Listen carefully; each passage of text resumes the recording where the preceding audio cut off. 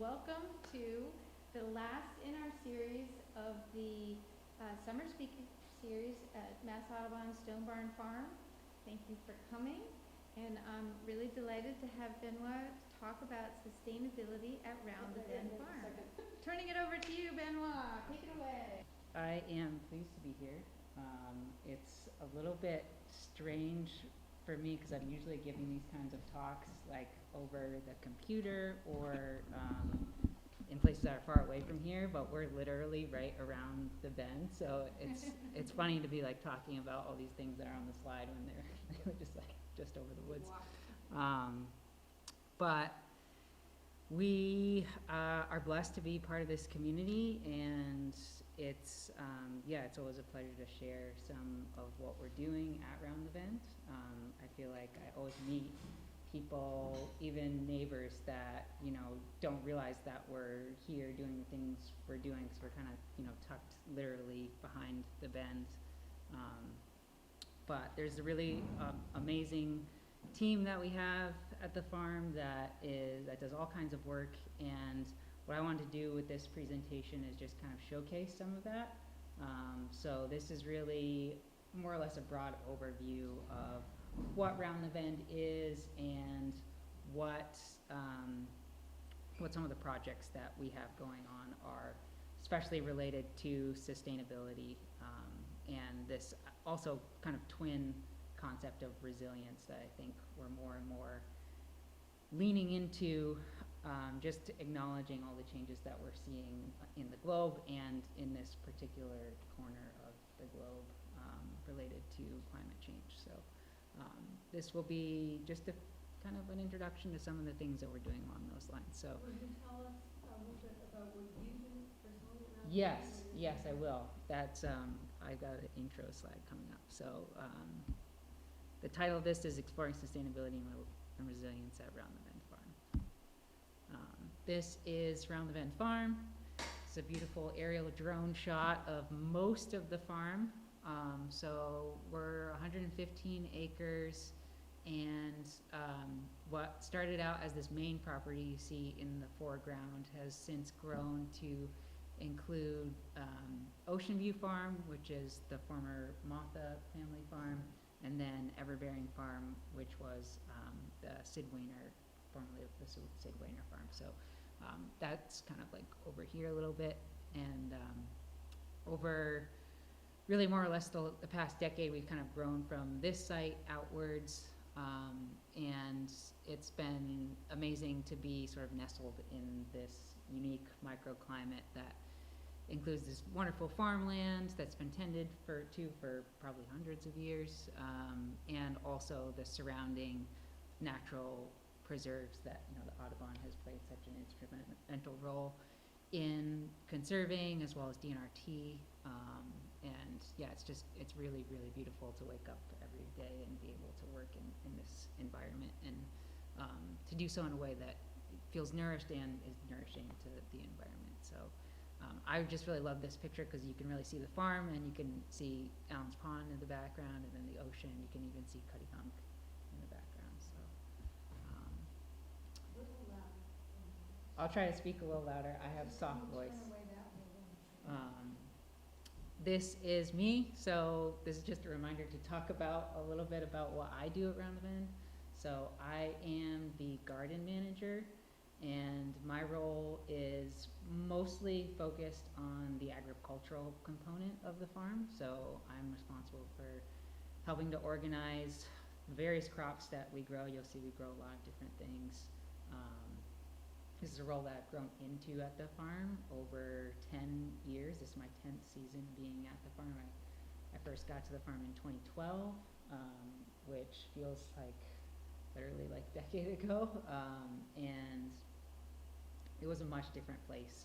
It was sort of just getting going as a real working farm, and much smaller. We didn't have like half of or even a quarter of the infrastructure that we do now. So it's grown considerably in that time, and it's been really wonderful to be a part of that and to be a part of the team that's realizing that. So this is our official mission statement. I think it does a really good job of summing up kind of what we do and what we're about. So Round the Bend Farm Center for Restorative Community, located in Dartmouth, Massachusetts, is a 115-acre working farm and educational nonprofit.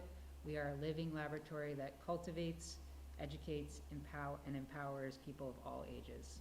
We are devoted to the global paradigm shift towards hope and abundance by valuing diversity, modeling nature, and redefining wealth.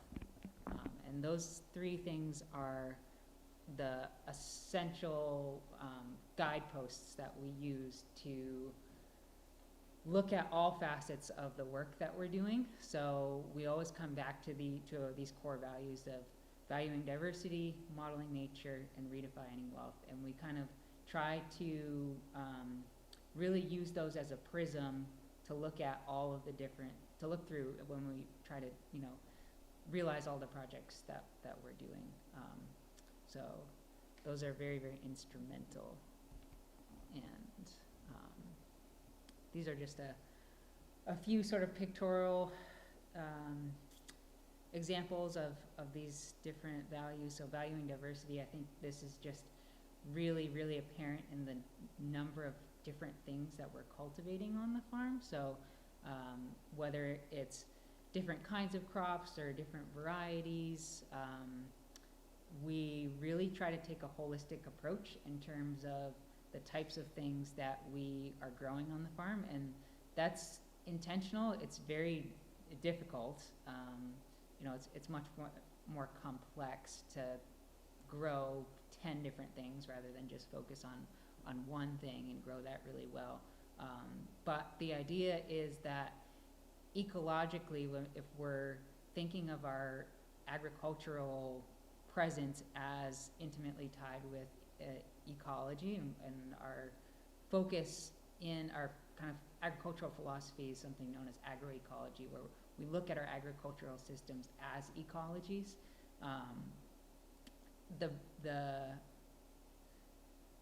Basically the strongest ecologies, the strongest ecosystems are the ones that are the most diverse, the ones that have the greatest opportunity for interaction between species. So we really try to replicate this in terms of what we're actually planting intentionally on the farm, and try to maximize those interactions as much as possible to create feedback loops where nutrients are being cycled and the most diverse amount of yield is coming out of that. So that's a really, really big expression of that in terms of our agricultural output. Another thing that we're really focused on that's related to that is modeling nature. So how do we think about problems and try to solve them in a way that's replicated in nature, because nature has so many solutions to our problems. And again, just thinking about our agricultural endeavors from an ecological perspective, we're trying to model how life exists in nature, how life interacts in nature. And this is something that we're getting into in a big way through agroforestry, which is kind of a buzz thing in the agricultural world, but it's something that we've been working on developing for a few years, and I'll talk more about that later. And then the third tenet is redefining wealth. And this is really important for us because there's so many different ways in which we are wealthy as a community beyond monetary, and so many things that if we take a step back and value, we can realize how wealthy we are, and then be able to share that with other members of the community. So thinking about health as a form of wealth, thinking about safety as a form of wealth, thinking about just access to nutritious food as a form of wealth, and asking ourselves a critical question of how do we use that to impact our community in a way that's able to make that available to all of us so that we can all be raised up by those things. So we'll talk more about that specifically when we talk about our Manifest Love project later on. Uh-oh. This is not good. Was that a video or something? No, it was a slide that says it's not loading, but I think I have a solution to this. It might just Do take you know if 1 it was second. because it was an animation? No, it looks like maybe the rest of the presentation is like this. Huh. Okay, let me see if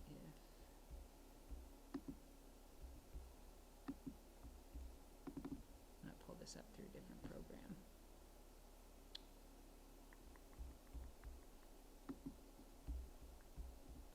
Alright, this might get a little wonky because I didn't make it in this program, but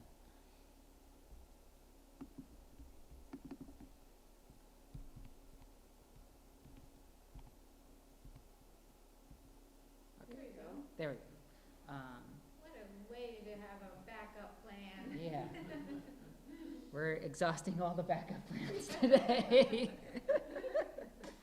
So yeah, just a little bit of history about Round the Bend.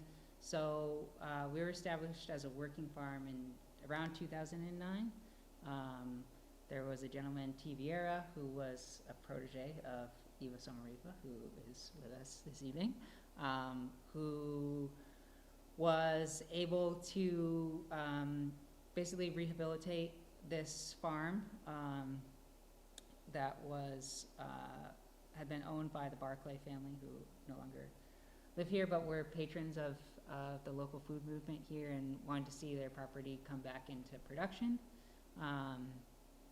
At some point, they were connected with Disa van Laarhoven and Jeff Kinder, who were inspired by an eco-village in Costa Rica and wanted to create something similar here.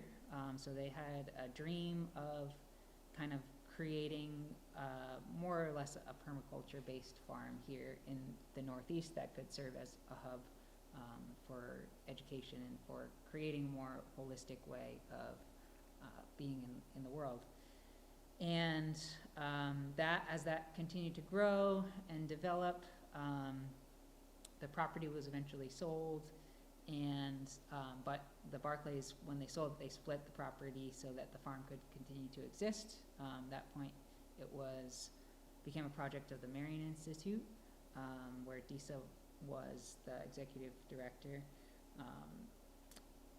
A few years after that, Disa ended up transitioning from her role at the Marion Institute and decided to start the farm as an official nonprofit. So that was in 2014. And we've just kind of been on a roller coaster or rocket ship blast off from there in terms of our growth. And that's a lot due to the really inspiring leadership of Disa, who just has an amazing way of having a vision and finding wonderful people to surround herself with to really make that a reality. Did you have to pump oil out of the ground?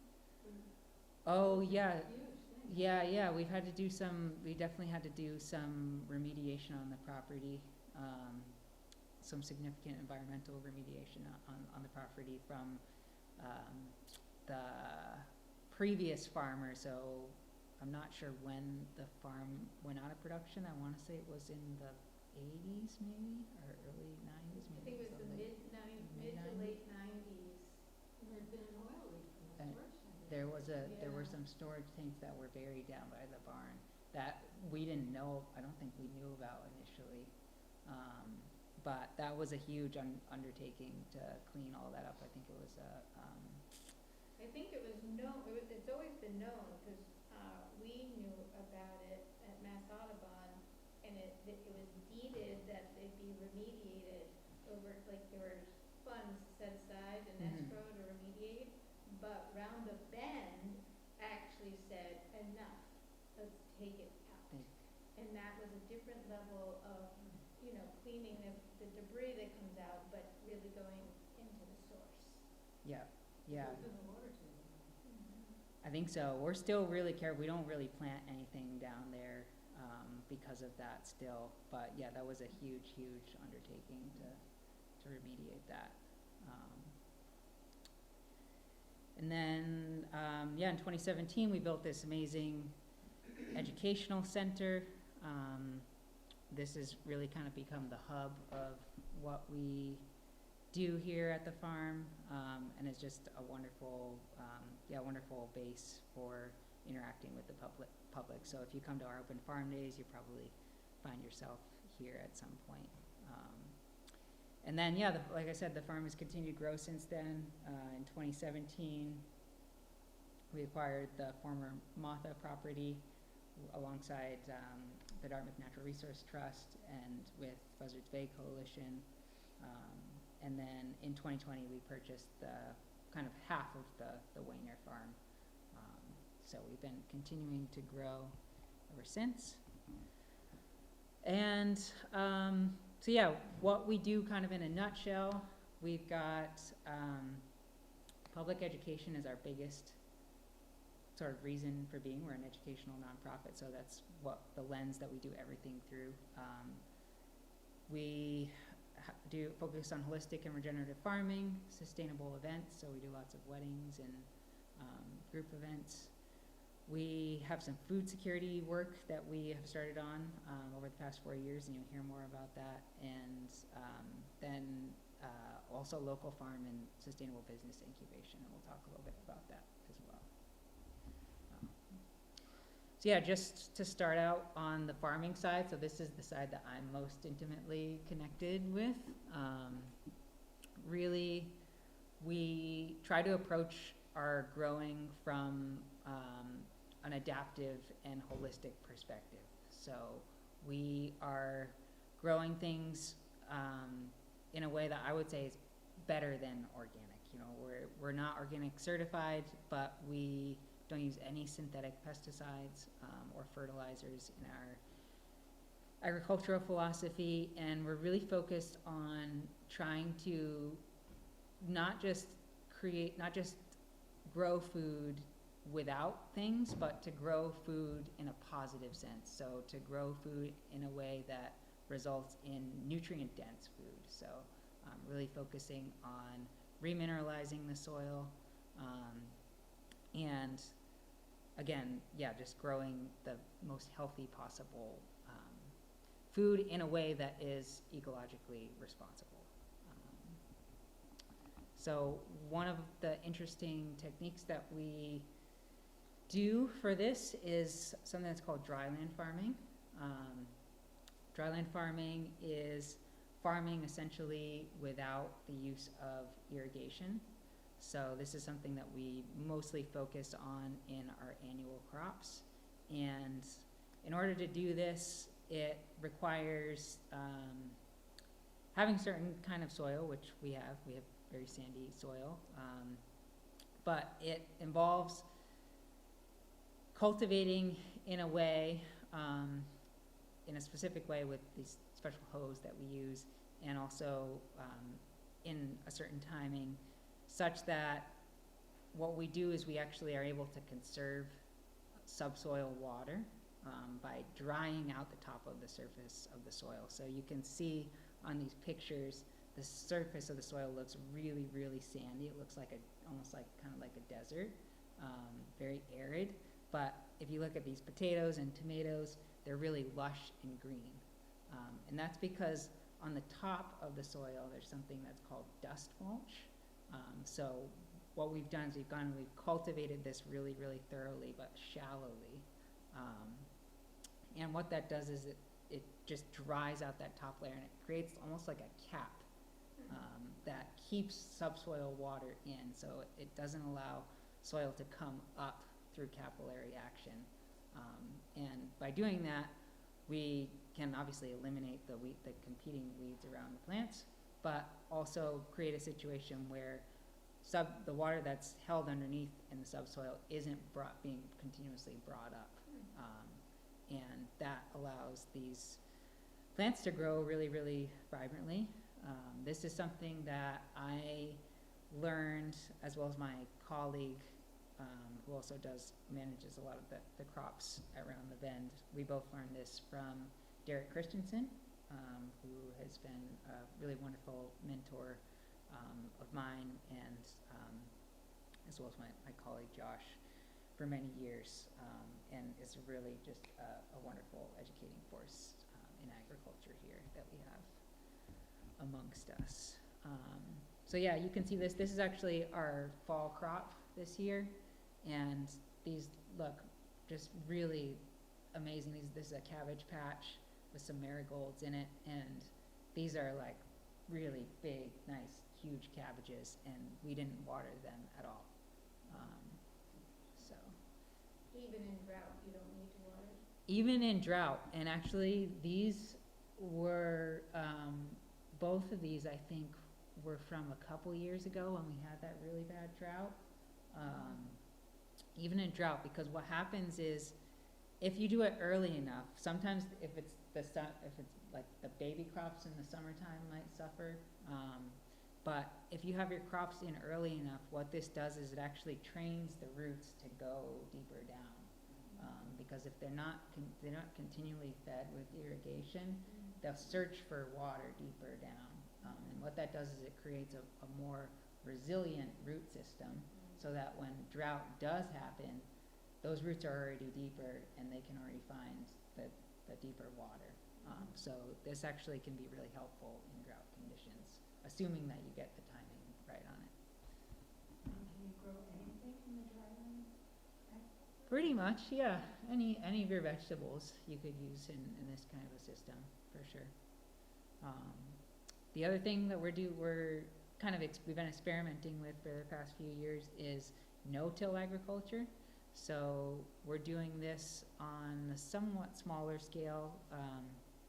Even in the areas that we do tillage, we try to minimize that by using harrows as opposed to power tillers, and just trying to reduce the overall disturbance of the soil, especially at the deeper levels, because what that does is it keeps more of the soil structure intact, it keeps more of the fungal networks intact, and really actually allows the soil to develop its kind of spongy quality. And what that does is it just helps the soil to hold on to moisture better, helps it to hold on to nutrients much better. So you can see here there's some tarps that we're using. That's what we do instead of going in and tilling everything to prepare the ground. We'll lay a tarp down for a couple of weeks like that, and what that does is it'll just smother out all the previous vegetation and create kind of a blank slate for us to work on and to plant into.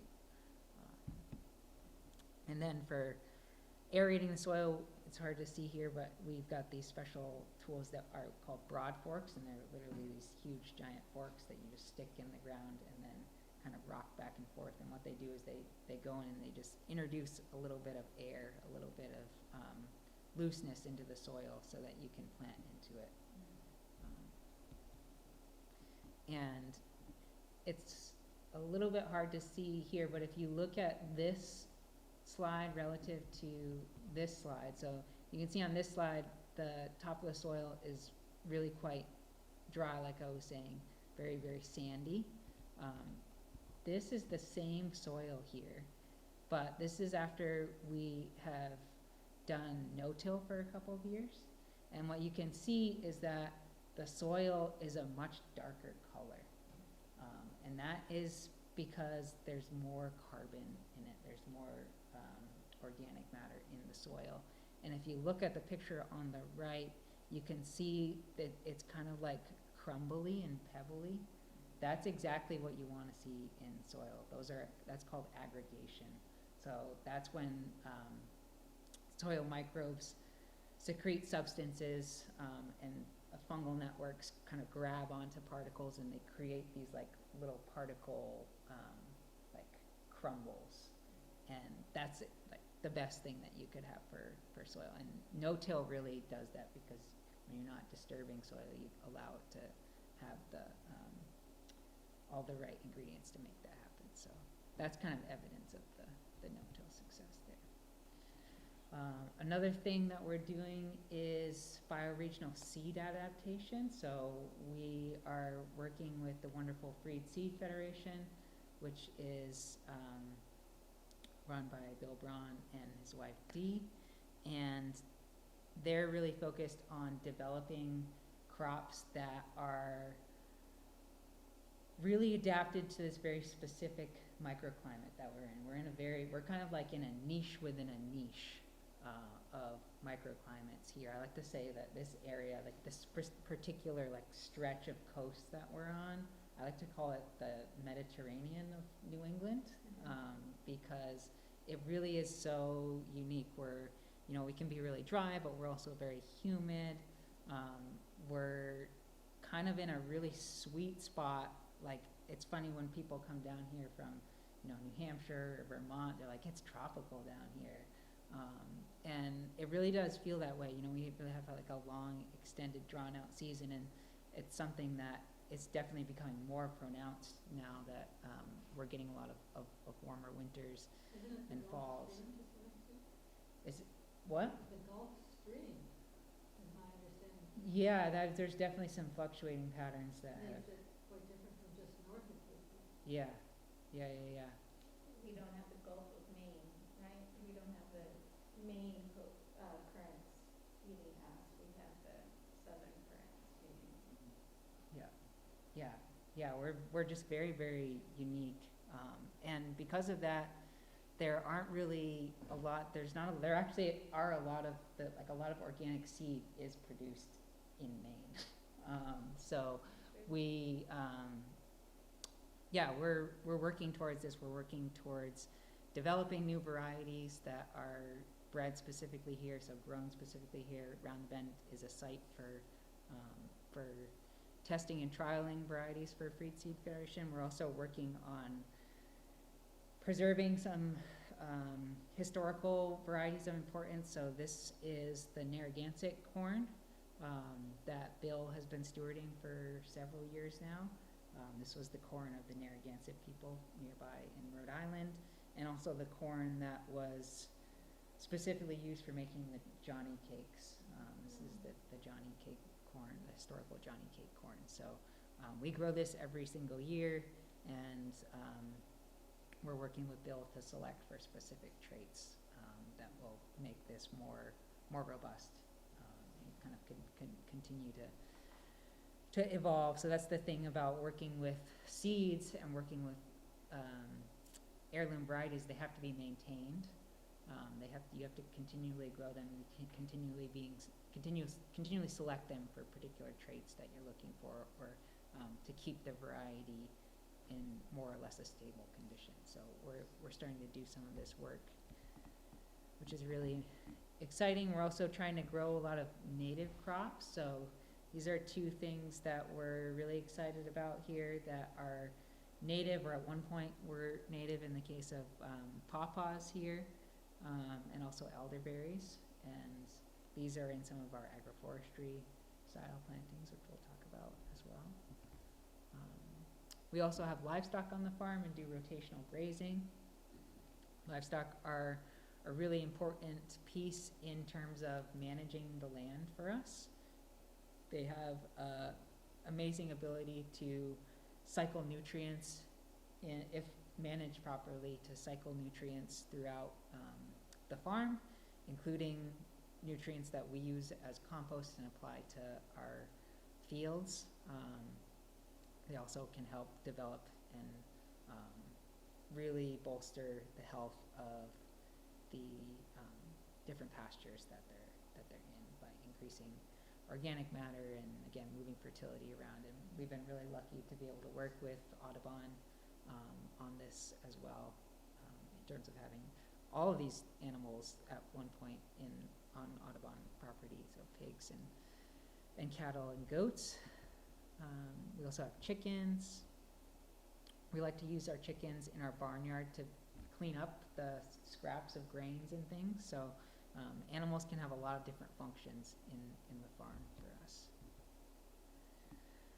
And then I'll talk briefly about agroforestry, since this has also been really close to kind of my world. Agroforestry is, this is that kind of highfalutin definition, the intentional planting of tree and shrub perennial crops in mimicry of forest ecology relationships across space and time to maximize, diversify, and fortify existing agriculture and ecological systems. I like to kind of simplify this down to trees plus crops equals benefits. So agroforestry is really the practice of incorporating trees or other perennials into various crop systems, whether that's vegetables that you're growing, whether that's pasture that you're managing, whether that's livestock systems. It's just finding ways to add those perennial crops back into systems in a way that makes those systems more diverse, makes them more productive, and makes them more reflective, again, modeling nature of ecological niches in the real world. So the kind of the pinnacle of ecology is the forest system. And oftentimes, if you look at agricultural ventures through the lens of ecology, they're really only focused on the sort of the lowest niche or the lowest level of succession in the forest kind of schema. I don't know if I have a slide on this. I don't have a slide on it, but there's you can find really nice pictures of like the different levels of what a forest is composed of. So you start out, you have your tiny, annual sort of first succession, spring ephemerals, things like that. Plants that really come in and will colonize or grow in a sort of an empty situation, a bare ground situation first. But over time, that bare ground will evolve towards plants that are higher and more complex and more long-lived, to the point where you get to your apex climax species, which are really, really large and huge trees. And an agroforestry system is trying to mimic that spread of niches. And at its best, you get a situation where all of those different levels are interacting with each other. And we're on our way to doing that. And there's all sorts of reasons why adding perennials into different crop systems can be beneficial. They can buffer climate changes. They can increase soil organic matter through carbon sequestration. So that's literally creating carbon material through photosynthesis and passing it into the soil. They can help stabilize soil structure through more robust root systems and contribute to greater diversity of microbial life, decrease erosion, increase water holding capacity in soil, cycle nutrients, diversify crops that can be harvested in terms of different crops that you're harvesting at different times of the year, and also maximize yield per area, in addition to supporting the general ecosystem, so creating more varied opportunities for other pollinators and beneficial insects to have habitats. So we started this process of developing such a system a few years ago with the help of this group called Interlace Commons, and we were connected with them through a friend of the farm. This is an initiative that was started by Megan Giroux, who's a really amazing international agroforestry expert, and she got tons of money from the USDA basically to start a program to encourage farmers in the Northeast to adapt and implement agroforestry practices, because there's a lot of agroforestry that's happened in the world, and most of it is in the tropical or subtropical world, outside of Europe. So there definitely are some long-standing agroforestry systems in Europe, but the rest of the temperate world really hasn't caught on yet, and there's a big push to get more people to implement these systems because of all the previous benefits that I just mentioned. And so this was really a pioneer program to get farms to start developing this in the Northeast. And we applied to the program. We were lucky enough to get in. And through the course of 2 years, Megan worked with us to identify our goals and really kind of teach us how to do this, teach us the mechanisms and allow us to design our own system. And the idea is that once we've designed this system and implemented this system, the farm then becomes a learning site for other farmers that will want to come and see how these systems work in reality. So it'll be sort of a peer-to-peer learning site for other people that are interested in practice in these practices and implementing these practices. So what we've done is we've created an orchard. So if you are at any point able to walk down the DNRT path on Ocean View, you can see through the fence that we have you'll probably see lots of peach trees and pear trees. And those are part of this 8-acre orchard that we have designed and started. And the essence of this orchard is that we're practicing a practice called alley cropping. So alley cropping is when you space orchard trees in such a way, you basically kind of draw the lanes of trees out so that you can plant different crops in between them or have different agricultural systems in between them. So you can have all different kinds of things between your trees if you give them enough space. And that's really so that they minimize the amount of shade that they're casting between them.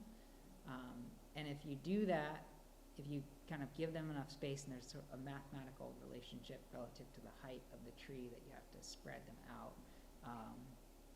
But what that allows you to do is when those trees get to be full grown, they don't negatively impact the crops that are in between them. So you can maintain a system where you have multiple levels of niches when it comes to the types of crops on the farm. So we really wanted to have a situation where we could continue to grow annual vegetables but also have fruit trees.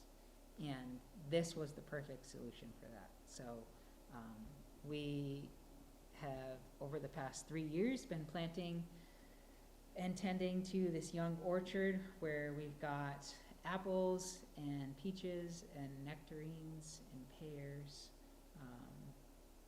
even figs in our greenhouses, and also all kinds of annual vegetables that we're growing for our other food security program, but also perennials as well. So we're growing, we're growing asparagus, and we're growing strawberries, and we're growing blackberries, and we might put raspberries in between trees. So we're really kind of playing around with what we can create in this orchard space and have it really be a multi-level agricultural system.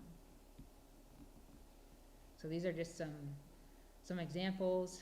You can see that we've got wide spaces in between the trees, and it's hard to see on either side, but you can see some of the crops there.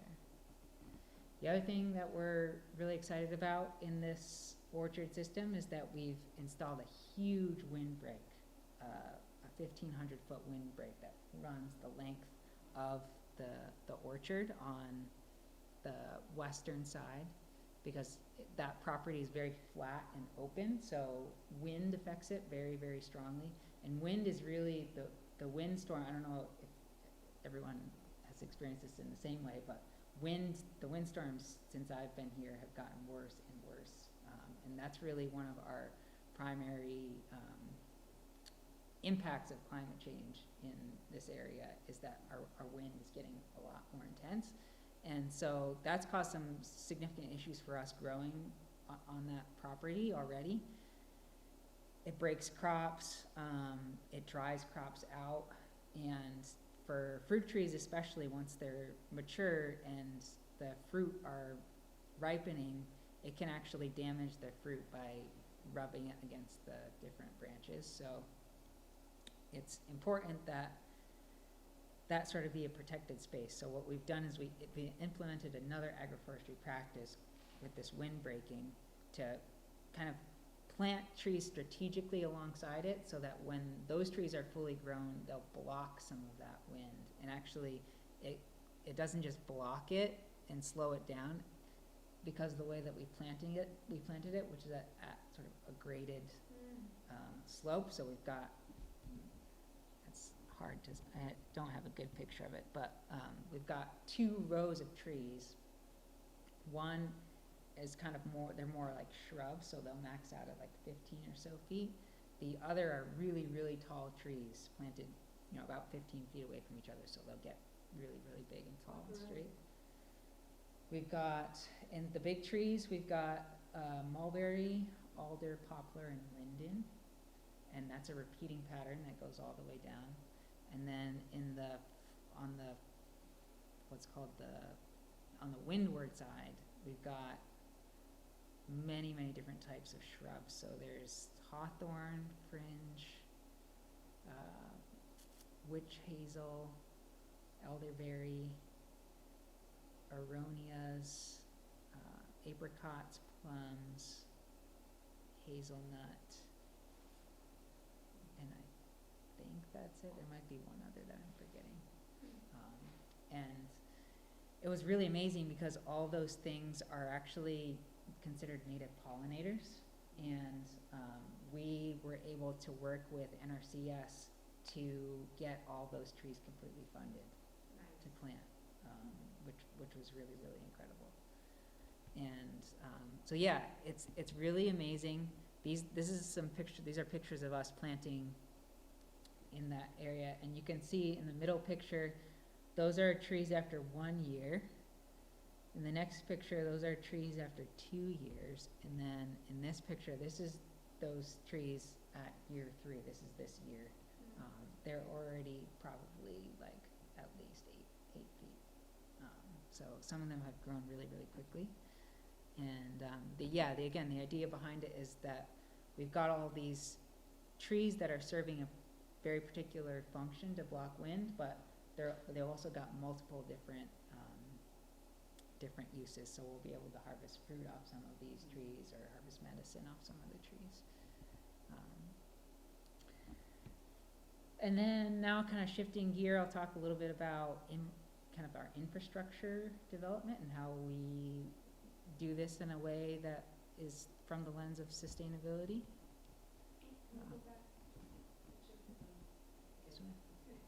Yeah, this is a picture of us installing one of 2 greenhouses in this new orchard system.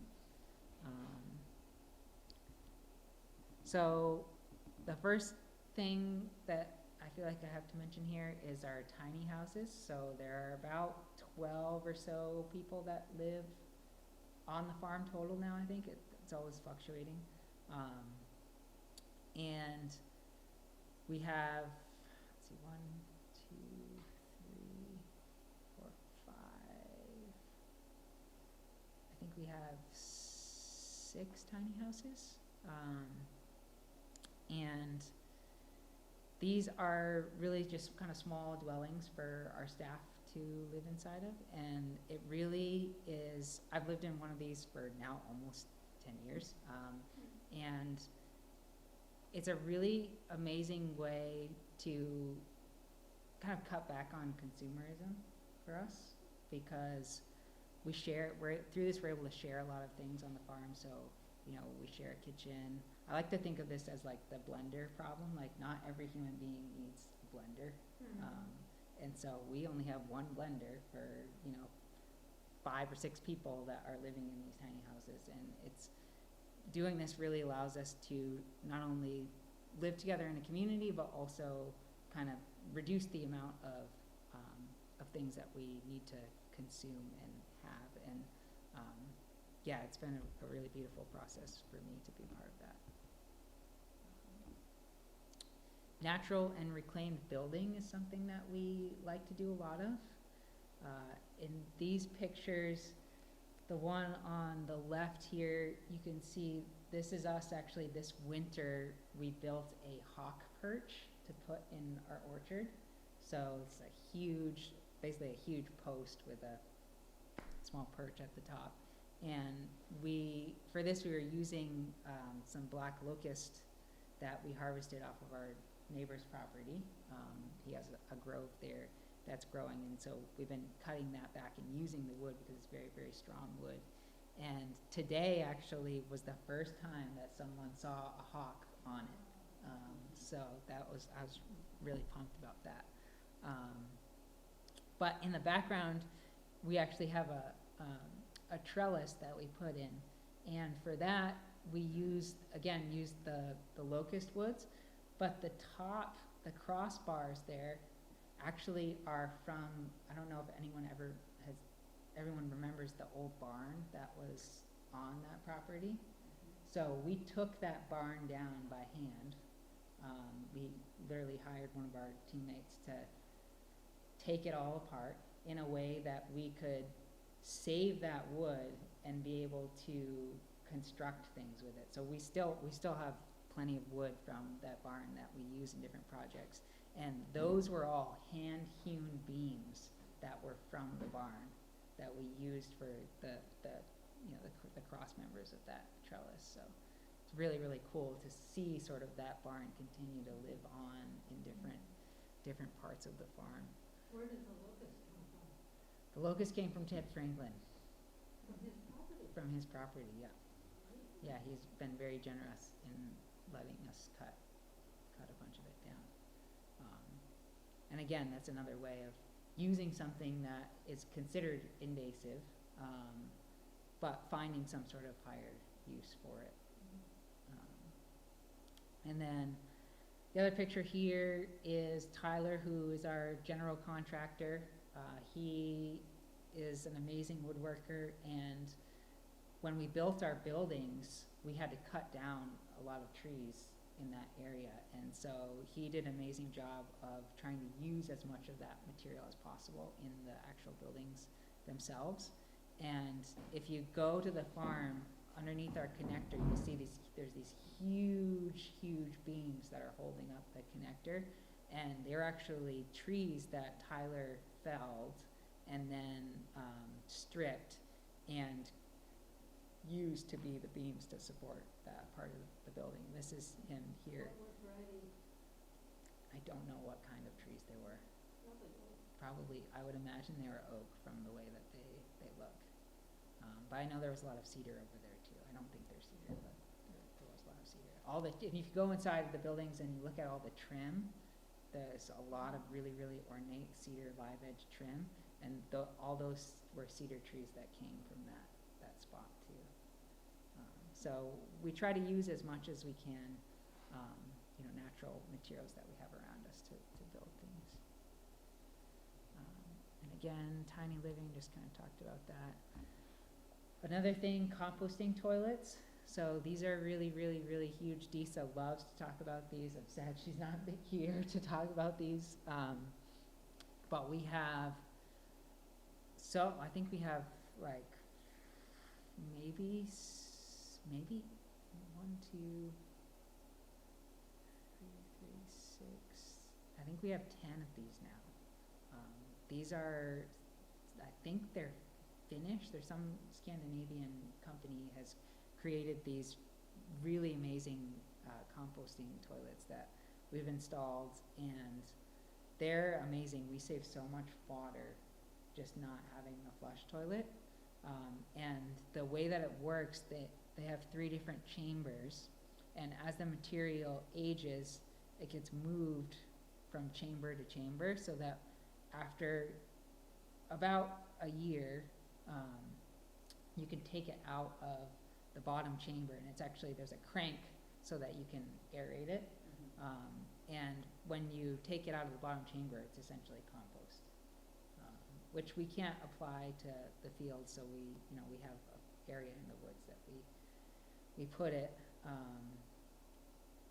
But it's, like I said, it saves so much water and clean water from going to waste doing this. Do you not apply it to other crops because of just a rule that you don't agree with? It's a legal thing. I would have no problem myself after with that? it after that amount of time. It's, And you could test it, couldn't you? yeah, you could, I'm sure. Or, and you could continue, Policy needs to change. totally. The policies need to change. Yeah. And then there's like not a scientific reason so much as a trust. Factor. But, yeah, and like they just don't, I think they just can't give okay to some people and not give okays to other people. Mm. So as a policy across the board, they have to stick to essentially what they can count on everybody being able to meet. Do you think that Mm. that's beginning to change, that is, governments with all the hassle about nitrogen coming off big five? I think that, I think composting toilets are gonna need a lot more advocacy. Yeah, it took a advocacy to get to this point too. A lot, yeah. So, Was this the town health department or? yeah, I Even think the the state. town and the state, They yeah, actually- I yeah. think we had to go to the state. This was before my time. This was Liz Wiley, I think, was instrumental in this, Mhm. but I think she had to go to the state and lobby for this to even Mhm. happen. So I think just having a space, and again, this is kind of like our role as a space where these can exist and people can come and see them and be like, oh, okay, this is something that I could do. And I think just having an example, because for a lot of people, it's just like, it's a great idea, but how do you actually do it? And to have a place that's actually doing it is really, but I know a lot of people have come out of seeing these and been really impressed and being like, I could do this. Have you had any problems with the functioning of yours? The only problems that we have had is when our electricity goes out, because there's a fan, there's a circulating fan that circulates air through them. So when that happens, if those fans go out, then there can be a really bad smell that starts to develop until those fans kick back on. So occasionally we've lost power, and that's been an issue for a day or two. But nothing really major. And I personally, I'm not really involved in like the maintenance of these, but I'd be really curious about adding certain basically microbial teas like you would use in Korean natural farming. So that in Korean natural farming, they do a lot of fermentation and add fermented like teas to different crops. And there's one tea in particular that they add to manure, like especially chicken manure, because if you have enclosed chickens, that manure can develop a smell quickly. And there's a microbial concoction that people in the Korean natural farming world make that they apply to that manure that a lot of people say reduces the smell, and like you can't even smell it. So I'm really curious about applying something like that to these and seeing how that affects that in the case that happens. But really, it's just like it's compost. So if you're adding things that speed that up, it can help with that. So I don't think we've dialed that in as much as it could be, but for 98% of the time, these work fine for us. So it's not really like a problem that we need to address. The other thing that we're focused on is renewable energy. So we have installed all kinds of solar panels on our buildings. You can see here, this is the main educational and event building that we have. One side of it is just completely covered with a solar array. We, I think, have 4 different solar arrays, or we've had 4 different solar array installations. We're about to endeavor on a 5th one for our other property. So this has been really huge for us. We really, at least during the time when the sun is out in the year, in the spring and summer months, we produce more electricity than we consume by far. So we're producing a surplus amount of electricity on the farm, even for powering everything. And we've just installed, this last year, we installed a battery system to be able to run some of the things, like car toilets, if if the power goes out. So that's really been huge as well, to be able to store some of that energy. And this has really been an amazing thing for the farm as well. Also related to that is cold storage. So we used a grant funding from the Food Security Infrastructure Grant 2 years ago to install 2 walk-in cooler, and one of them also has a freezer attached to it. Storage units, and then this has been really instrumental for us for storing food for distribution to the community. So as I'll talk about a little bit later, we have a food security program where we donate food, and this allows us to do that. And having the electricity that we produce from the solar panels allows us to run these, not at super high costs. And so you see how everything kind of gets connected to each other. Another element of drought resistance is that, so I mentioned that we mostly do dryland farming, but that doesn't mean we're not afraid of droughts, because I think we've been really lucky the past couple of years, but in my experience farming here, drought has really kind of won the day more oftentimes than not. And when we planted, the first year when we planted our windbreak, we planted those in a drought year, and it really has taken them a couple of years to bounce back from that. And so that scared us a lot, scared me a lot, because we just put in all these trees. And so we were excited to apply for another food security infrastructure grant 2 winters ago. And the focus of that grant was on water security, really in kind of direct response to that drought year.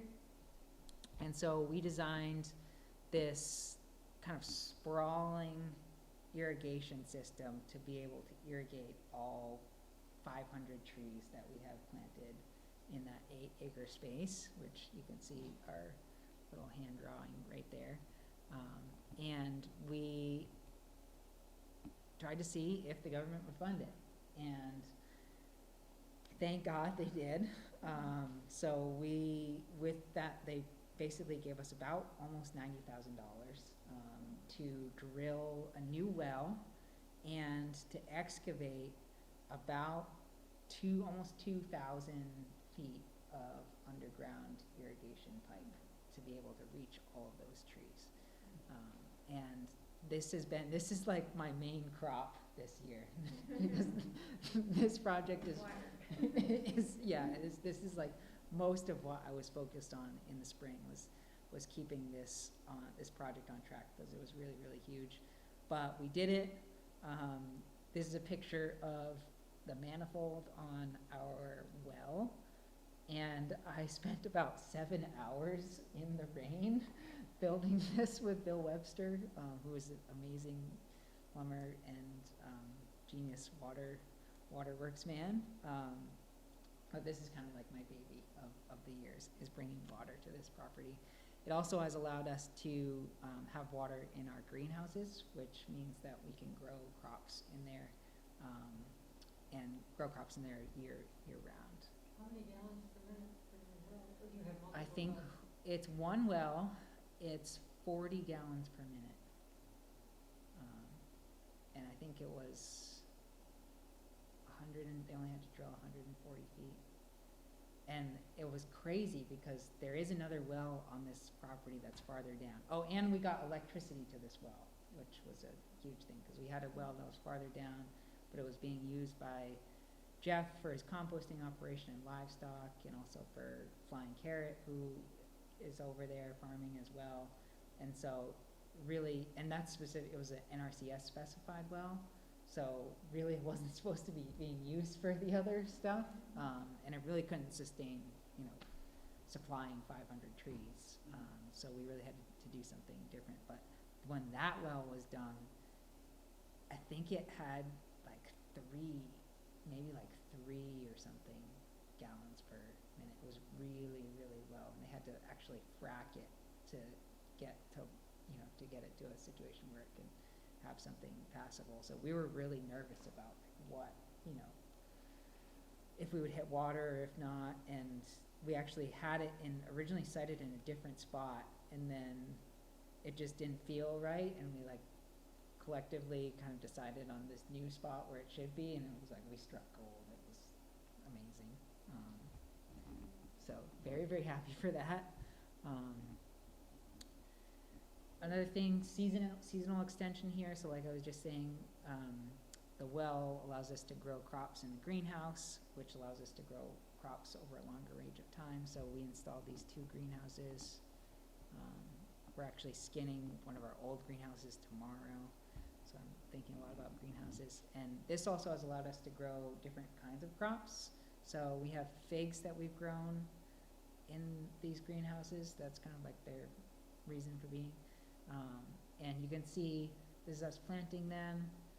This is them probably in early spring, and then that's at the end of the year.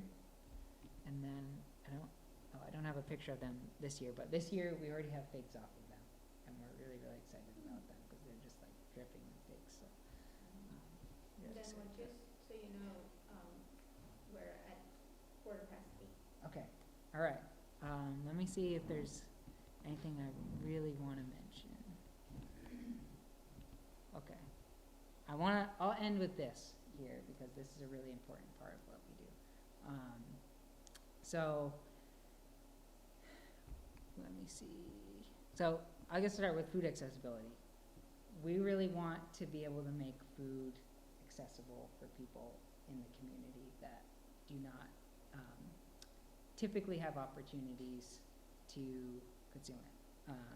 And one of the ways we do that is by having our produce available through the SNAP HIP program. The other way that we do that is through this program that we started called Manifest Love. So this is a program that was started in 2020 during the very, very early part of the pandemic when no one was really sure what was happening. The world was kind of felt like it was imploding.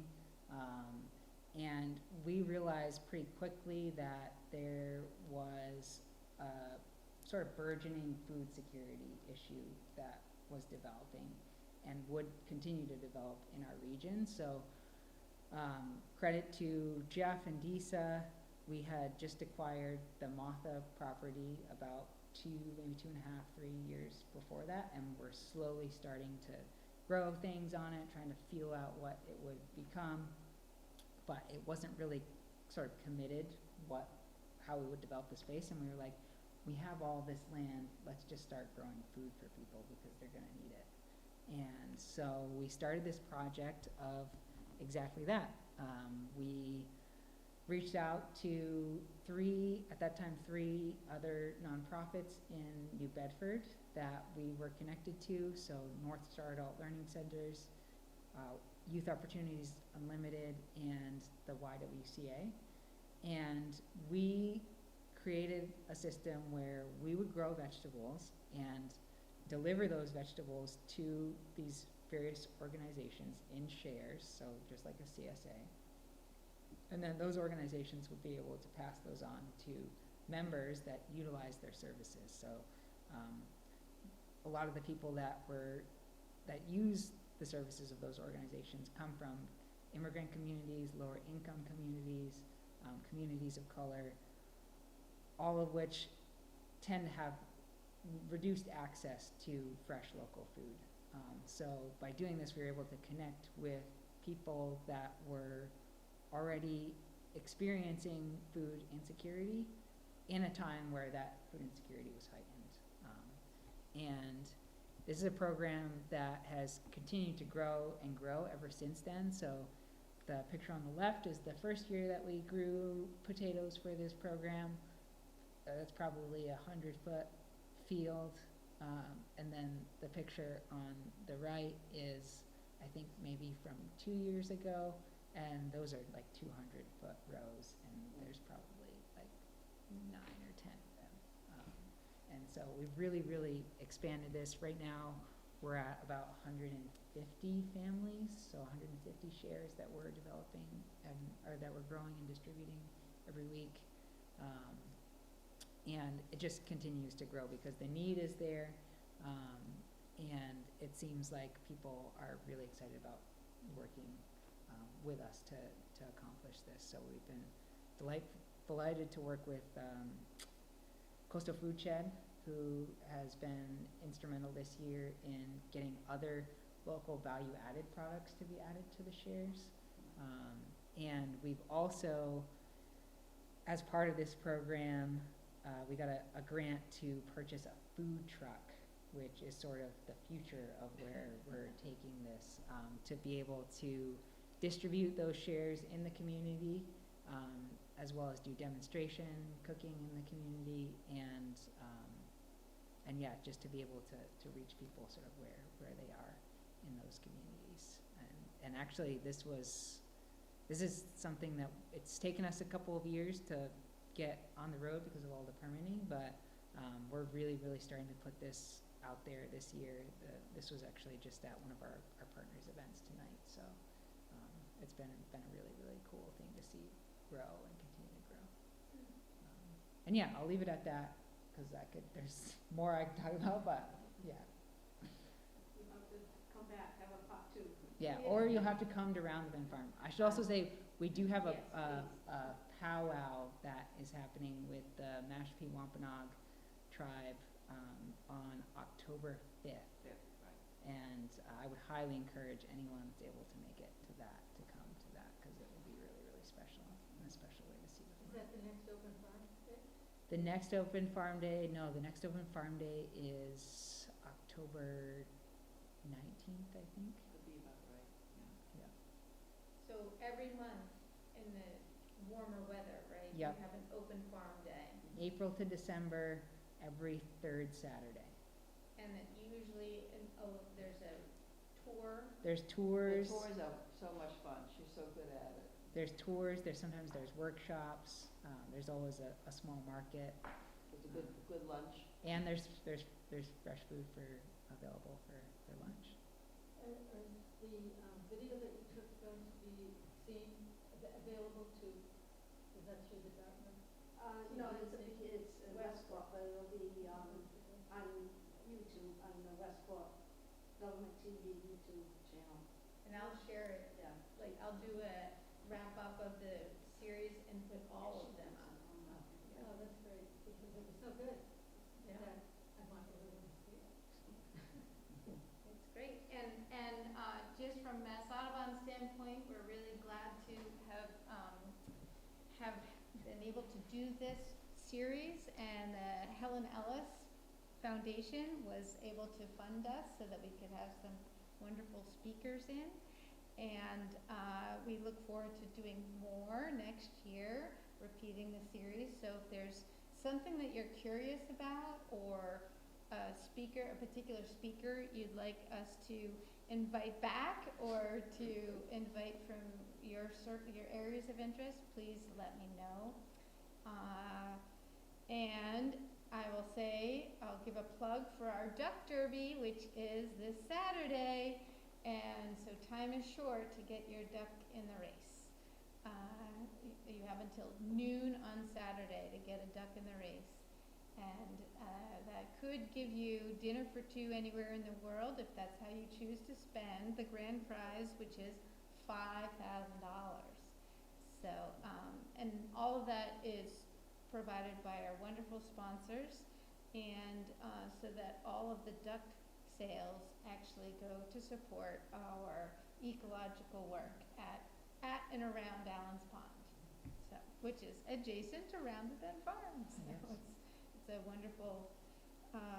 wonderful community we live and work in. So, thank you again for coming. I'm glad I did. Any questions? Are all of these speakers that you've had in this series on the Westport? We are so grateful that Valerie has attended every single one and filmed all of them, yes. So they're all available, you can search Westport, Mass, YouTube channel, but I will also have them in an